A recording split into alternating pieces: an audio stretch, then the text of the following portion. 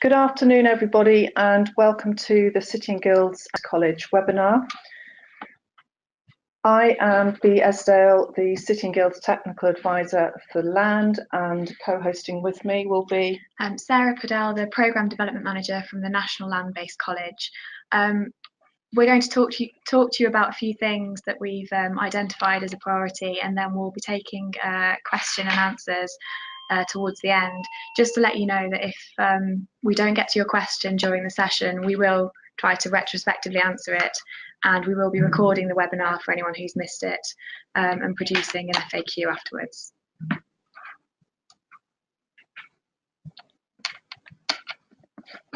So the first thing we're going to talk about today is an update as far as the synoptic assignments are concerned. The synoptic window is now open for all of the land technical qualifications and assessment can start. Just a reminder, all of these controlled assessments must be completed, marked and uploaded to the moderation portal by the 18th of May. You will find guidance as to how to use the portal on the website, and details of moderation portal logins will be supplied to you by the moderation support team in March. Optional units, employer involvement, work experience, health and safety, and in the case of Level 3 Animal Management and Level 3 Equine Biology, results must be uploaded by the 15th of June. Please note, you will be uploading everybody's marks and everybody's grades for optional units.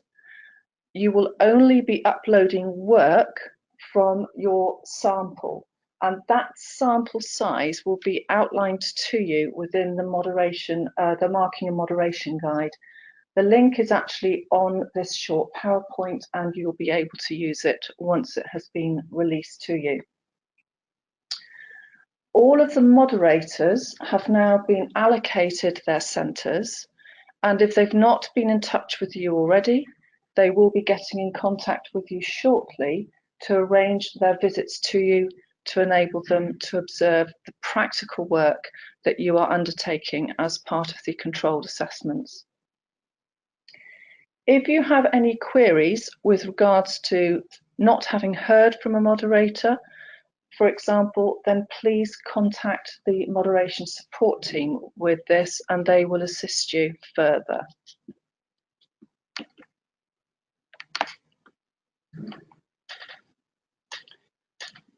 Exam update. The Level 2 on-demand exam booking window is now open. Therefore, you can book for your online opportunity to take these from now. Please note there are also paper dates for the Level 2 exams, and these have to be booked as well through the walled garden. For those of you for Level 2 Health and Safety who have elected to do the multiple choice option, those multiple choice papers are now available on the website. Centres can, of course, choose to do the assignment instead, or if they wish, they can do both. I think the message here is that centres, all learners must do a health and safety option for Level 2, from which a result can be uploaded. For those of you that had not finished assessing for access arrangements for exams, these access arrangements must be shared with moderation support by the end of this month. What we would request is that they are summarised on a spreadsheet for all learners when they are submitted and not sent to moderation support in single emails. This way, it should ensure that no learner is missed. Please can centres also check that where you've had learners transfer onto technicals late, that you have indeed registered those learners for their exams and their optional units and their synoptic assignment. If you have not done so, then please contact moderation support who will be able to assist you, or centre support who will also be able to assist you. And again, their details are available on a later slide.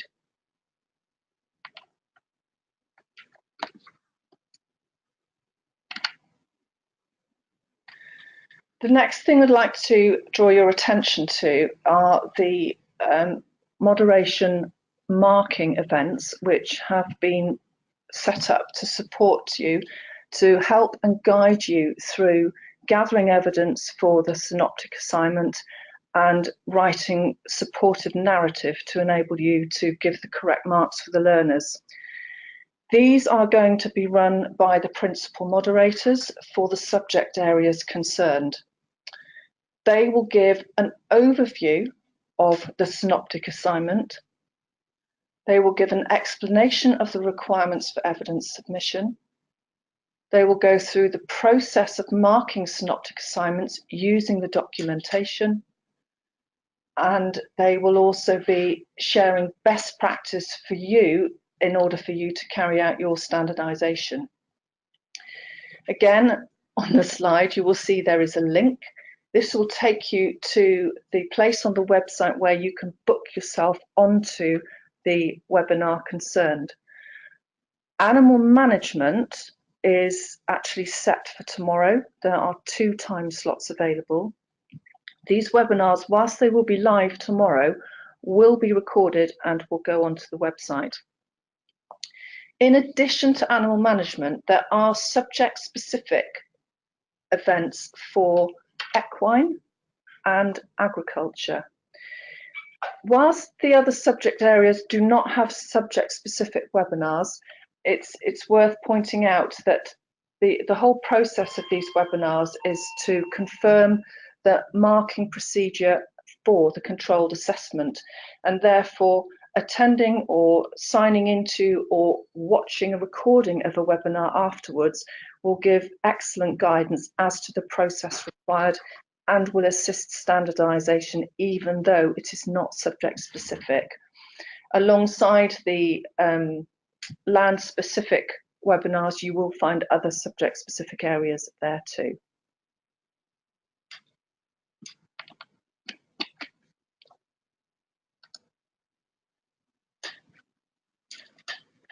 So, in addition to our Sitting Guilds team, from mid-February we will have a second technical advisor operating across the UK.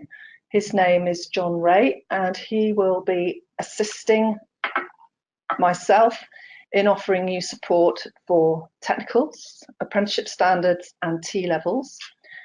John comes from a land-based delivery background and has a wide breadth of experience which he will be able to use to help him get into the role. And he doesn't know it yet, but he will be attending the next webinar and will introduce himself then. We do know he's looking forward to getting started.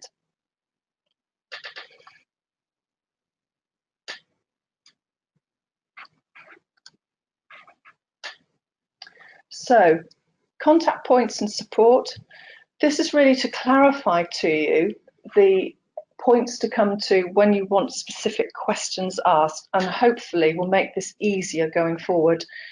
So any administrative queries relating to the technical qualifications or process queries or access arrangements, for example, should be directed to the moderation support team specifically.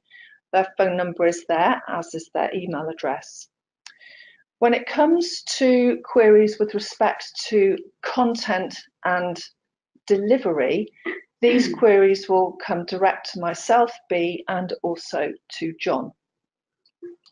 Generic queries will go to customer services, and it's quite important that you do this so that all queries are logged and therefore we can trace when they have been addressed.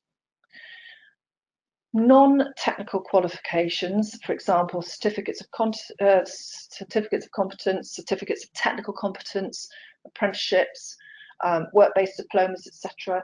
You can also contact customer services or talk to your business manager or your sales executive contact. On the NLBC website, we also have some guidance around a couple of the apprenticeship standards and some training specifications that are located on there as well. As Bea said before, there is a link on the PowerPoint that you'll be able to click on to go straight to those materials. Specifically, they are for the horticulture standard and the forestry and arboriculture standards as well. But we are hoping to add to that in the future. As always, we are encouraging teaching staff as well as students to register with NLBC to receive information around the City and Guilds qualifications and any other developments that are going on in the sector. We would encourage students to sign up to our NLBC registration scheme, and again there is a link on the PowerPoint. And for teaching staff, if you want to receive the quarterly NLBC newsletter and any other alerts that we put out, then there's also a registration form for that as well. Something which is incredibly valuable is the City and Guilds email alert that you can also register for, and again there is the link, and you can be very specific with that and tailor it to the information that you wish to receive. So you kind of set out your parameters and you get all of the information relating to the qualifications that you're using.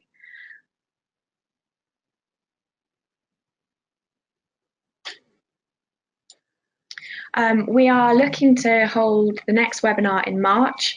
At the moment, we've got a bit of a blank canvas, and we'd really like to put the question out there to everyone attending this webinar and those colleagues who couldn't make it as well, just to let us know what you would like to be included and any topics that you wish to have covered. So you can use the registration form, and we can contact you that way, or you can drop either myself or Bea an email or a telephone call if you want to talk to us about anything that you'd like to see in the next webinar. What we would like to do now is ask if you have any questions that you type them in. There is actually a representation here from our qualification assessment and development team, as well as myself, and we will take any questions that you have and either give our answers verbally if we're able to, or refer them if not. This will all be recorded within a transcript and will be sent out to you by email. Question number 1 is, do you have to notify us of learners who have withdrawn after registration? It would be extremely helpful if you do so, because then the moderator will be made aware of this as well. The health and safety modules for both level 2 and level 3 are multiple resits. They are not restricted.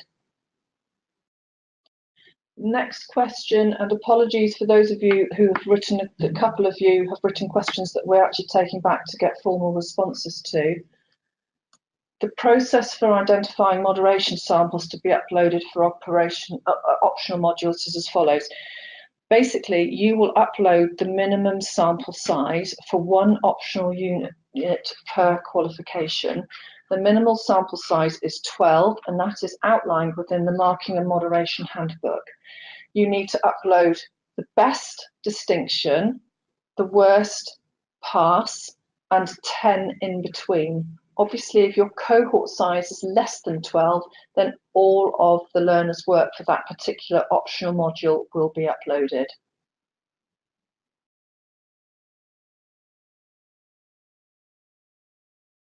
So the best way of notifying us of withdrawals is by email to the moderation support team.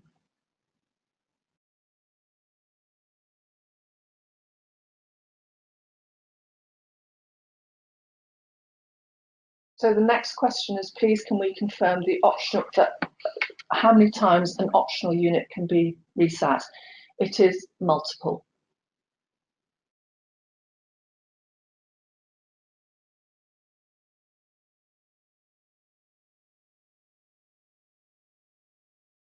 So the next question is, do you need to give detail of supported students during the synoptic assignment? Is it appropriate to follow support plans? Okay, so the rule here is, if a learner has been given extra time for an exam, then they will have that equivalent extra time for the controlled assessment. If they are one of the learners whom you are using as part of the sample that you are uploading, then details of the support that's been given would be contained within the uploaded document.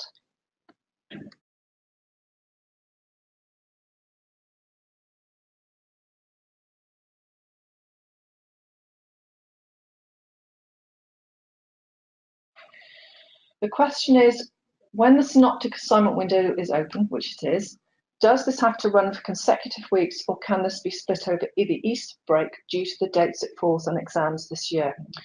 A number of centres this year are running the synoptic for 2 weeks before Easter and 2 weeks after Easter. The guidance within the assignments, or in most of the assignments, is that the synoptic should take place over a recommended 4 weeks, so this is acceptable.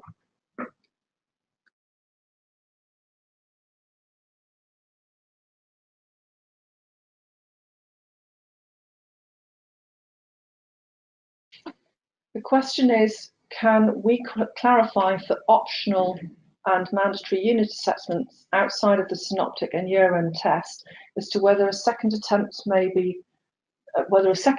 can be used to raise the grade?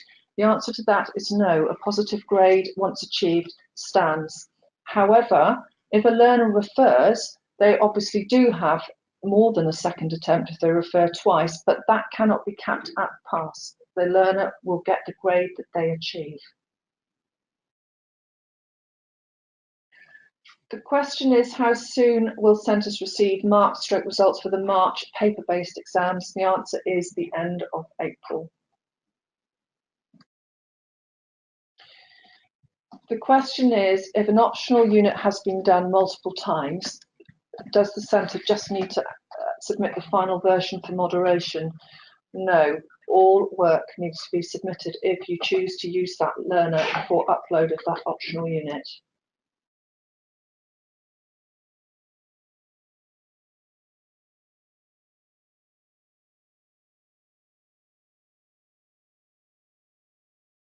The question, if a learner experiences an injury, e.g. falls from a horse before the assessment period, which may impact the ability to complete the practical synoptic tasks within the window, are options available for such learners? This will be looked at on a case-by-case basis and cannot be answered as a generic answer at all.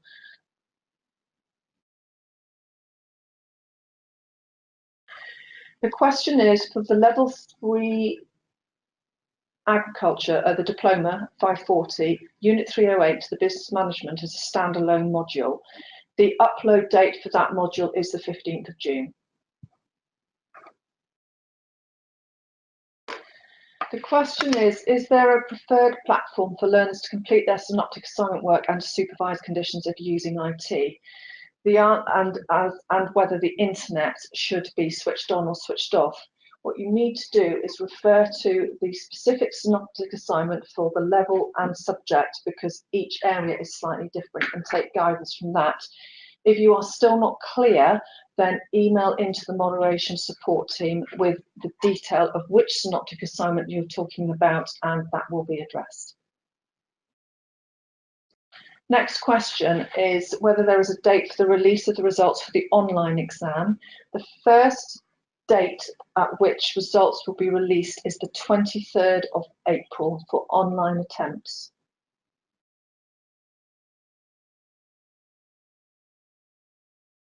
The question is, if a student is absent for a day during the synoptic assignment for an explained reason, such as ill health, do they refer and are not able to take it again until next year? No, we would hope that the centre would be able to offer another opportunity to that learner. The question, if a student fails the synoptic exam in the first year, do they have to resit it in the same year, or can they resit the first year exam in the second year? As it stands, there is no resit opportunity for the synoptic within the same academic year. This would be very difficult to do. The learner can, however, resit that synoptic in the following academic year. A couple of learners are doing that in this academic year, where they've failed to pass in the last academic year. The question, where do case-by-case extenuating circumstances need to go to be authorised? All extenuating circumstance issues need to be directed initially to moderation support, who will then forward that circumstance to the correct department internally, and that can vary. So moderation support. The final question for now, when will students get final grades for their qualification once completed? This will be in August, within the first 2 weeks. Just to say, there are some questions that have not been answered. This is because they need to go into internal departments for further clarification. All the questions that have been asked will get written answers, and they will be supplied to everybody.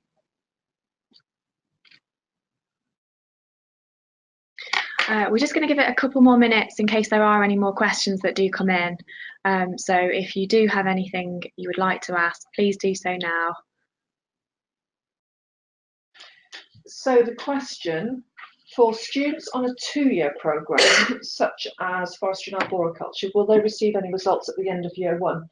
If you have submitted optional units and you've told the system that you've submitted optional units, and they will have done their year 1 synoptic assignment and their year 1 exam, you will get those results. The next question, are we happy for optional units to be handwritten, or would we prefer them to be word processed? It is entirely up to you as centres whether your learners word process or handwrite their optional units. The question, are level 2 and level 3 results released on the same day? The answer, level 3 results will be released on the 6th of August, and the level 2 results will be released on the 13th of August. This information is on the website.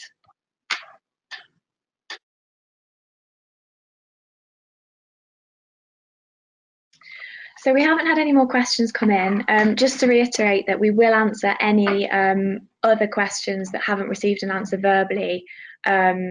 We will do that in the transcript as soon as we can.